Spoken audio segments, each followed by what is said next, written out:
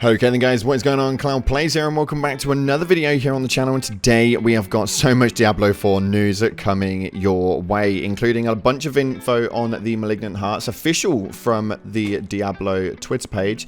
Adam Fletcher gets into a deep-end discussion with a guy on Twitter, and we have some bad information that's not going to be coming till Season 2.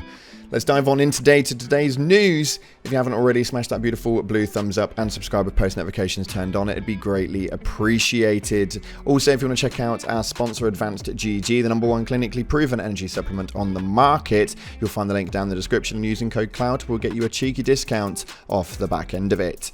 That being said, let's dive on into today's video. So starting off with the juicy stuff, Pez Radar got into a really detailed conversation with this guy right here, Bow. Now he states, Pez Radar and Rod Ferguson, you just launched a major game about a month ago, and in the first few days there was a lot of activity. Season 1 starts very soon and you'll have gone super quiet, no details about upcoming changes. Why? Communicate more please. Adam Fletcher goes in with a blanket statement of, we were on a live stream 7 days ago. Magaboost reply with, yeah, a live stream and an article repeating stuff from the live stream with 5-second clips. Then nothing. Next thing, you just drop the patch and that's it. Would be great to get additional info about the 32 hearts, about upcoming quality of life that were mentioned, etc. Tell us more. Adam Fletcher states, as mentioned on the live stream, those will come on the 18th of this month, and the season starts a few days after, which implements those items mentioned on the 18th of the 7th, and the live stream itself. The response to that one is, got it, mate, you have a plan. Just giving you feedback here, maybe the plan for future seasons changes a bit. Wouldn't hurt to get a screenshot or two a day of the new things coming, of the new hearts and aspects. Keep up the conversation going and the theory crafting, what's happening.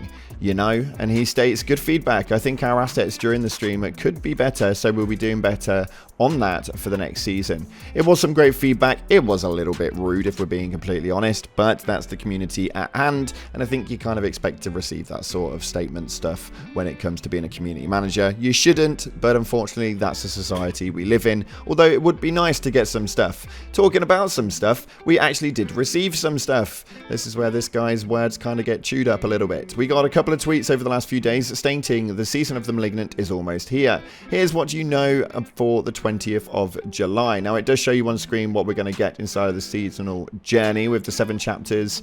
You can complete objectives to earn favors and the favor of progress in the battle pass. We're also getting the Malignant tunnels and new legendary aspects, new unique items, and new boss battles. And in the corner we can see the Malignant Hearts. This is where the tweet was kind of funny. You can see right here we have got devious, vicious, wrathful, and brutal.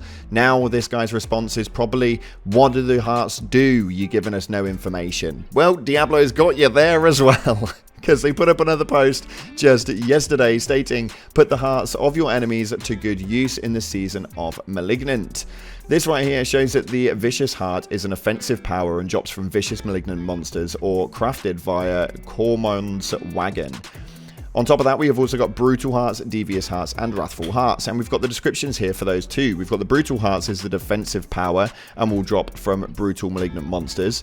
The Devious Hearts are utility power and will drop from devious malignant monsters, and Wrathful Hearts are supers power, drop from wrathful malignant monsters, and all of them can be crafted via Cormon's Wagon, which is really good to know. On top of that, you are able to specifically farm it. We did go into a bit more detail in the last video. If you haven't seen that, I'll leave the link down in the description, or you can see the annotation top right now where we actually went through how you guys are going to be able to craft certain items that kind of work a little bit like sigils, and you're going to be able to farm specific hearts based on which one it is you craft and utilize inside of those activities.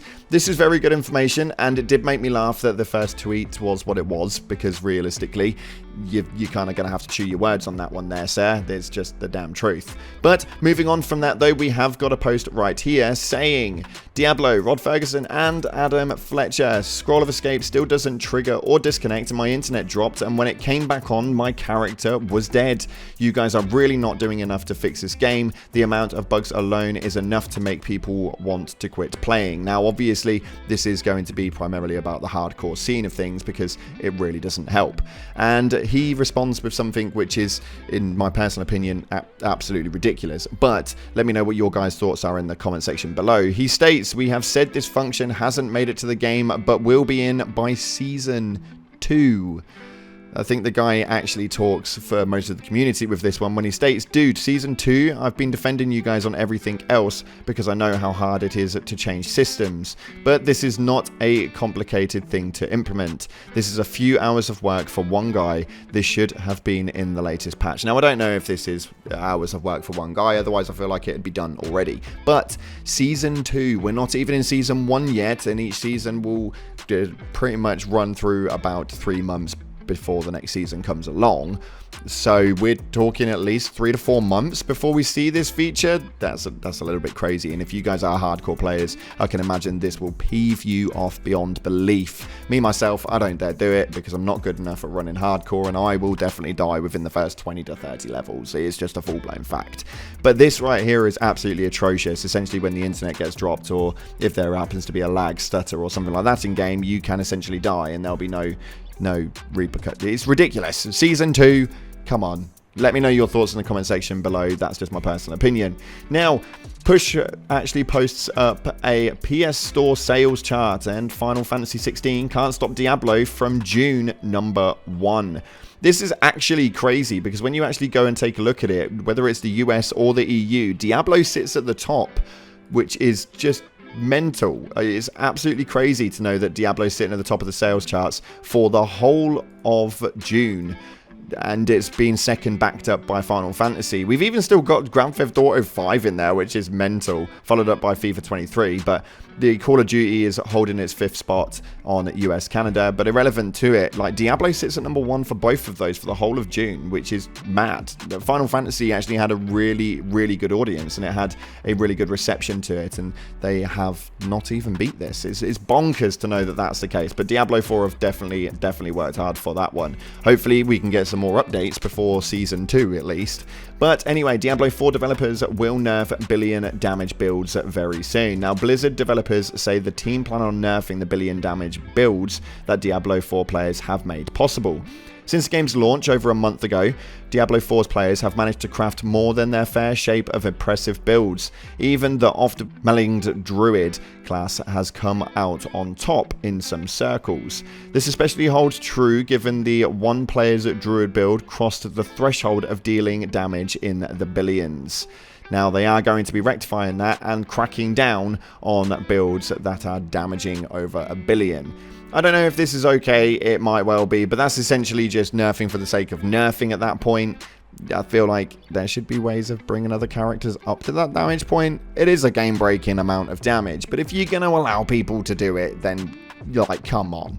This is just my opinion on it. I think that realistically, bring some other things up in some of the other classes and see if other players can make that possible on other classes too. I think it'd be interesting to see what people can come up with. For me, these builds are absolutely ridiculous, and they're constantly coming out day after day after day because the build diversity has been absolutely bonkers. It's come to a little bit of a stagnant slowdown right now, but as an overall, the community's done an amazing job of coming up with some really high damage builds. So clappity clap to you guys. Clappity clap. Anywho, that's all we've got time for today. If you haven't already, smash that beautiful blue thumbs up and subscribe, post notifications turned on. Thank you so much again for being such amazing people. Appreciate all of your faces, and as always, up until the next time, I'll see you in the clouds.